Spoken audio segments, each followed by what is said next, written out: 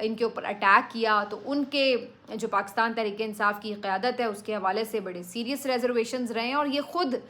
D G I S P R مختلف press conferences میں اظہار کرتے رہے اس کا باقاعدہ، اور اس کو ٹارگٹ بھی کرتے رہے یہ کہہ کے کہ سیاسی لبادے میں اڑے ہوئے لوگ، اور اس طرح کی جب بات وہ کرتے رہے تو سب کو پتہ تھا کہ وہ کدھر اشارے کر رہے ہیں، اور جو 9 مئی والا واقعہ تھا اس کو لے کر کے بہت ایک فیلنگز رہی ہیں افواج پاکستان کی ہارش پی ٹی آئی کے لیے اور عمران خان صاحب کے لیے، تو یہ ایک اب فیکٹ ہے۔ دوسری طرف عمران خان صاحب اور پی ٹی آئی کا اپنا ایک نظریہ اور موقف ہے، اور وہ سمجھتے ہیں کہ اسٹیبلشمنٹ نے ان لوگوں کو دیوار سے لگانے میں کوئی کسر نہیں چھوڑی ہے، اور جو کچھ بھی ان کے ساتھ ظلم ہوا ہے، جو کچھ بھی ان کے ساتھ انتقامی کارروائیاں ہوئی ہیں، اس میں پوری سپورٹ جو ہے وہ اسٹیبلشمنٹ کی حاصل رہی ہے پی ڈی ایم کی جماعتوں کو، اور یہ ان سب نے ملا کے ان کے خلاف یہ سب کیا ہے، تو وہ اپنا ایک موقف رکھتے ہیں۔ تو بہرحال جس بھی صورت میں، لیکن اس کی کشیدگی کی وجہ سے آپ یہ دیکھیے کہ ملک میں تو ایک ماحول ایسا رہا ہے انریسٹ کا، اور ہر کوئی آپ انٹرنیشنل اخبارات کی ہیڈ لائنز دیکھ لیں، آپ کو وہ بتا دیتے ہیں کہ ملٹری بیکڈ جو رجیم ہے اس نے یہ کیا، ملٹری بیکڈ رجیم نے یہ کیا، تو وہ بھی اس طرح کی ہی ہیڈ لائنز لگاتے ہیں۔ تو بہرحال پھر بھی میں سمجھتی ہوں کہ یہ جملہ جو انہوں نے کہا ہے، اگر یہ آگے کی شروعات کے حوالے سے بھی کوئی ایک امپورٹنٹ انڈیکیشن ہے تو تب بھی اس کو سراہا جانا چاہیے۔ اگر ابھی بھی ہم یہ سمجھیں کہ اس بات کی ریئلائزیشن ہو رہی ہے کہ جناب اگر فوج ایک جماعت کے حد درجہ مخالف چلی گئی اور دوسری طرف قوم ساری اس سیاسی جماعت کے ساتھ کھڑی ہے، تو یہ تو بڑا خطرناک ہے فوج کے لیے بھی اور ملک کے لیے بھی، اور اس کے ساتھ ساتھ ظاہر ہے کہ یہ ساری کشیدگی سے تو کوئی حاصل حصول نہیں ہے، اور ایک عرصے سے ہم یہ دیکھ رہے ہیں کہ اس کی وجہ سے ہم ایک پورے بحران کا شکار ہیں۔ تو اگر ابھی بھی کہیں یہ ریئلائزیشن ہے کہ آن ورڈز، اب میں اس کو یوں دیکھ سکتی ہوں کہ اگر فیوچر کے لیے بھی یہ انڈیکیشن ہے اور کوئی آن ورڈز ایسی چیز ہے کہ جس میں یہ کہیں سوچ پائی جاتی ہے کہ ہم نے کسی کے خلاف ایک محاذ نہیں اب بنا لینا، اب اس چیز کو پیچھے ہٹنے کا وقت ہے، اس چیز کو سمیٹنے کا وقت ہے، تو یہ بہت اچھی چیز ہے، اور آئیڈیلی ویسے بھی یہ بالکل آئین کے مطابق ہے۔ تو اگر ایسا ہوتا ہے تو یہ تو بڑی خوبصورت بات ہے کہ اگر کوئی برف پگھلتی ہے، اور اگر ہم یہ دیکھتے ہیں کہ جو بھی اس وقت غیر قانونی مختلف عمل ہو رہے ہیں ملک میں، اس کے جو مختلف الزامات گھوم پھر کے پھر اسٹیبلشمنٹ پر آتے ہیں، اور اس چیزوں سے اگر ہمیں وہ لگے کہ جی یہ تمام چیزیں آہستہ آہستہ معطل ہو رہی ہیں اور آہستہ آہستہ چیزیں اپنے آئینی اور قانونی دائرے میں جا رہی ہیں، تو اس کو تو ہر کوئی سراہے گا میرے خیال سے، اور یہ ملک کے لیے بھی بڑا فائدہ مند ہوگا۔ تو یہ انٹرسٹنگ ہوگا دیکھنا کہ کیا یہ آگے کوئی برف پگھلنے کی طرف جا رہی ہے، کیونکہ اس پریس کانفرنس میں ڈائریکٹلی جس طرح وہ ہمیشہ ایک 9 مئی کا معاملہ ڈسکس کرتے تھے، اور اس پہ ایک بڑا